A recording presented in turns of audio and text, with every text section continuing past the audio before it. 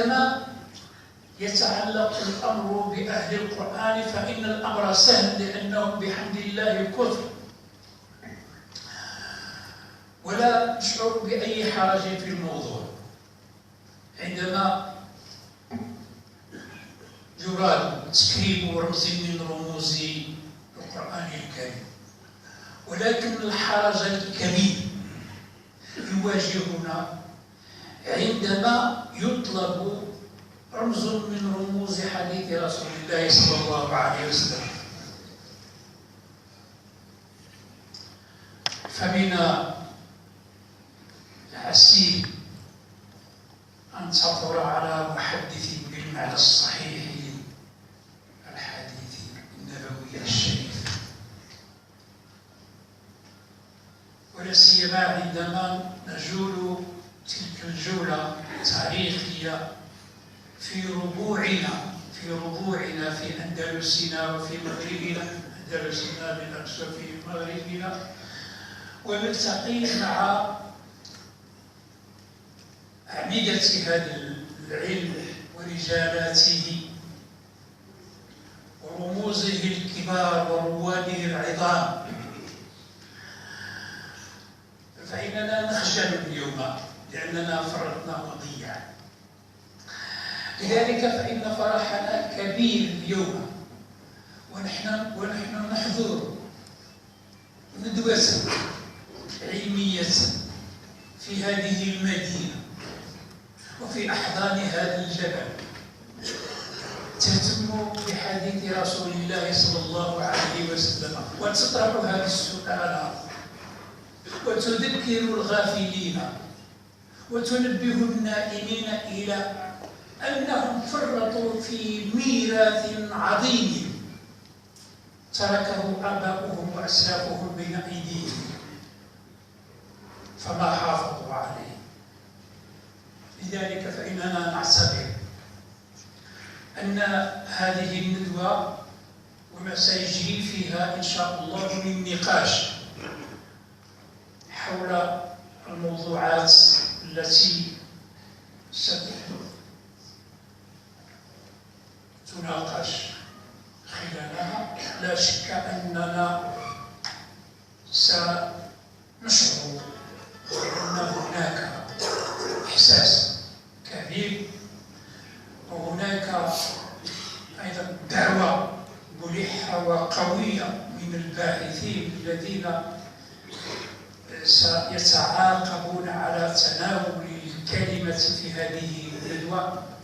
سنسمع منهم أيضا ما يدعونا إلى النظر من جديد في هذا الملف العظيم كما نظر فيه أمير المؤمنين مولانا الحسن الثاني طيب الله ثراه، فأسس له مؤسسة هي الآن لا بد أنها ستعيد النظر في برمجتها وفي هيكلة مشروعها حتى تحقق معنى دار الحديث الحسن إن شاء الله.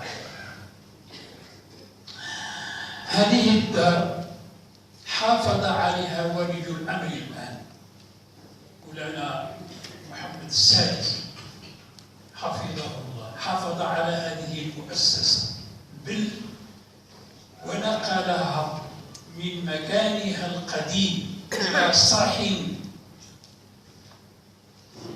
يحمل من الدلالات والمعاني الشيء الكثير. ومن زار منكم دار الحديث برباط فإنه سيقرأ الرسالة التي يوجهها أمير المؤمنين محمد السادس إلى المغاربة من خلال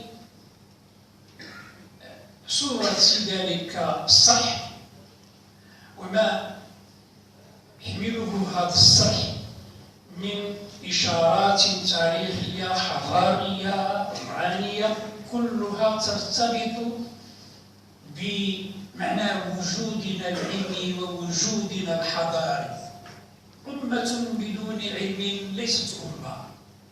أمة لا تحافظ على موروثها الحضاري والتاريخي ليست أمة. أمة لا تحافظ على ثوابتها وعلى لسانها وعلى انتمائها ليست أمة. لذلك فإنني أشير بهذه الندوة حول حديث رسول الله صلى الله عليه وسلم. لا أتحدث عن معنى ما في أو ما يشير إليه هذا الموضوع من خلال هذا العنوان إشارات بعيدة قوية لما تشتغل عليه أمتنا اليوم، وهو تحقيق الأمن بمعناه الشامل، الأمن المادي والأمن المعنوي للأمة. كلاهما الآن يشتغل المغرب على أن يحقق أو أن يقدم فيهما نموذجا يمكن أن يكون قدوة ومثلا للآخرين. فالعنوان الذي يحمله المشروع الكبير الذي يقوده أمير المؤمنين هو التنمية البشرية. التنمية البشرية هذا العنوان يختفي في أحشائه في عمقه الشيء الكثير من المعاني لا بد أن يقرأها القارئون، وكل واحد يقرأها بما يملكه وبما آتاه الله من بسطة في الفهم والإدراك والعلم. المغرب اليوم كما تعلمون ويعلم الناس أيضا في دنيا الناس أن هذا المغرب يعني حافظ إلى حد كبير على وجوده، وهو يعمل على أن يستمر هذا الوجود نقيا، هذا الوجود الذي يجمع بين حضارة عريقة صنعها أسلافنا وأجدادنا وانفتاح كبير على كل ما هو جميل ومفيد ونافع للأمة في دينها ودنياها.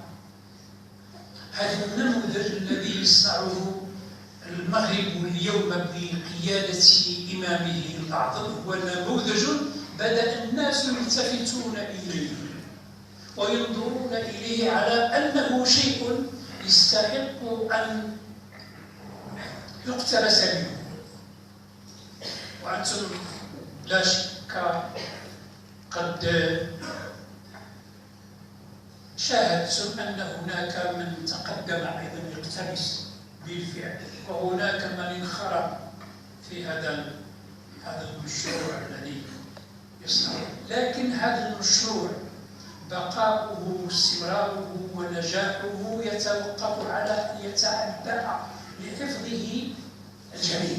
كل المغاربة ينبغي أن يتجندوا لينجح هذا المشروع الكبير في الشق الذي لأن عندنا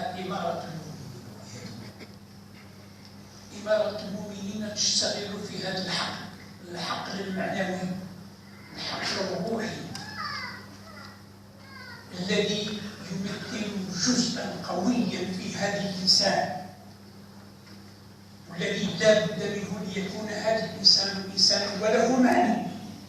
بدون هذا الشق، بدون هذا المعنى لا يمكن أن يكون للإنسان معنى على الإطلاق، لأن الله سبحانه وتعالى ما خلق الإنسان فقط ليأكل ويشرب وينام ويتمتع كما تتمتعون، لكنه خلقه أيضا ليكون ذلك الإنسان يحمل معنى آخر أسمى وأكبر.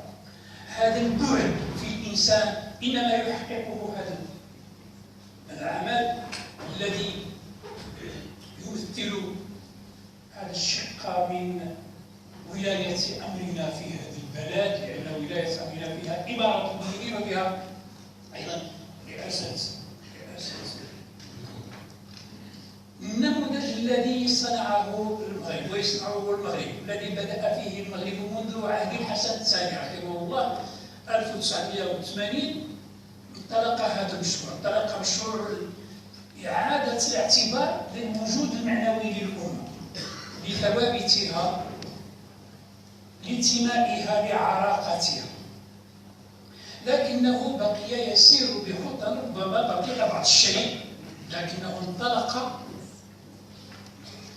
واستيقظ قويا منذ 2004. منذ 2004 تحركت قافلة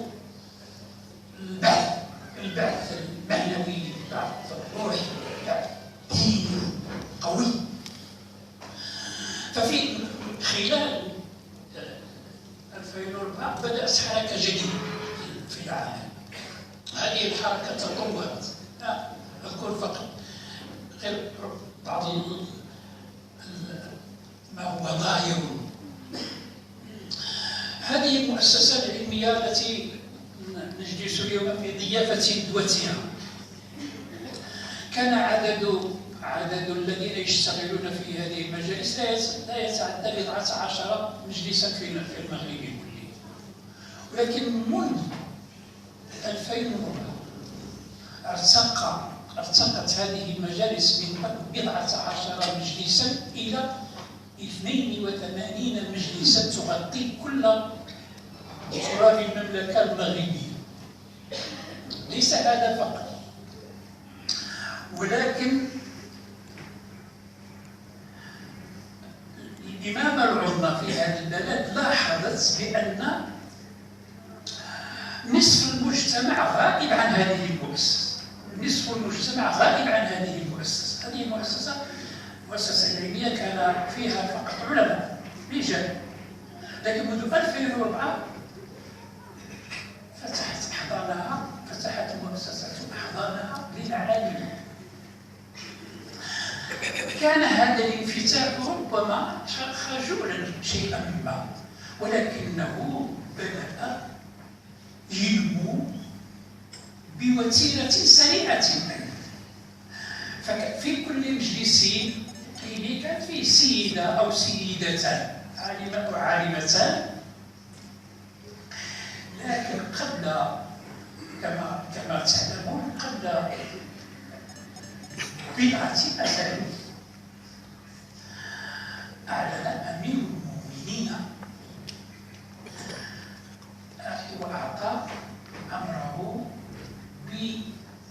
بالزيادة في تمكينية المرأة العالمة في المؤسسة العلمية بالمملكة المغربية بنسبة 4 سيدات في كل مؤسسة علمية، 4 سيدات في كل مؤسسة علمية، و10 سيدات زائد في المجلس العلمي الأعلى.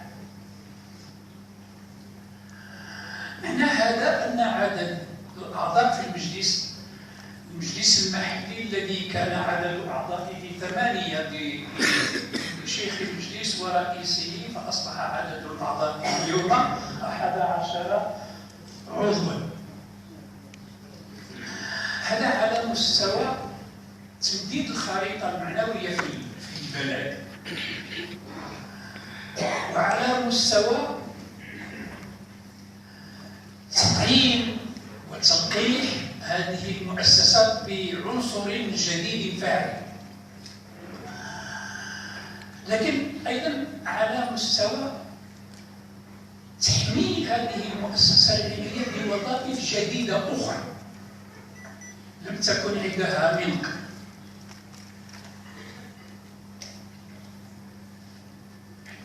لم يأتي الأمر بالرفع من تمثيلية المرأة في المؤسسة العلمية صدفة، لا، له سببه هو أن أمير المؤمنين بمتابعته ومواكبة معاينته لعمل المؤسسة العلمية في المغرب كله لاحظ أن النشاط العالم في المؤسسة العلمية نشاطا يستحق التمجيد ويستحق التشجيع، ولذلك زاد في عدد العاملات في المؤسسة العلمية. بهذه المناسبة أولا أهنئ السيدة العالمة والواعظة والمرشدة في المؤسسة العلمية التي أبانت عن إخلاص وعن كفاءة وإصرار واجتهاد جعل ولي أمر الأمة ينظر إلى عملها ويقدره ويباركه. ثانيا الأمة كلها أيضا لاحظت أن المرأة العالمة والواعظة والمرشدة استطاعت أن تتغلغل في المجتمع وتؤدي رسالتها للأسرة المغربية وتفقه هذه الأسرة وتنشر الوعي بالدين الصحيح والتعريف والتفقيه بالدين الصحيح في المغرب. هذه هي بعض الأسباب التي جعلت المؤسسة العلمية تنفتح بهذا الانفتاح وتتسع بهذا الشكل وتمتد خريطتها الجغرافية كما تمتد خريطتها البشرية أيضا وتتسع. وإنا نرجو أيضا فوق ذلك مظهرا كما يقال، فنحن ننتظر أيضا أن يزداد العمل، لأن الأمة في هذه الدور التي اختلطت فيها المفاهيم والقيم وأصبح اقتحام حرمة الدين وحرمة العلم وقدسية الدين وقدسية العلم أصبحت مهددة ومعرضة للذين يتجاوزون مقامهم ويتكلمون باسم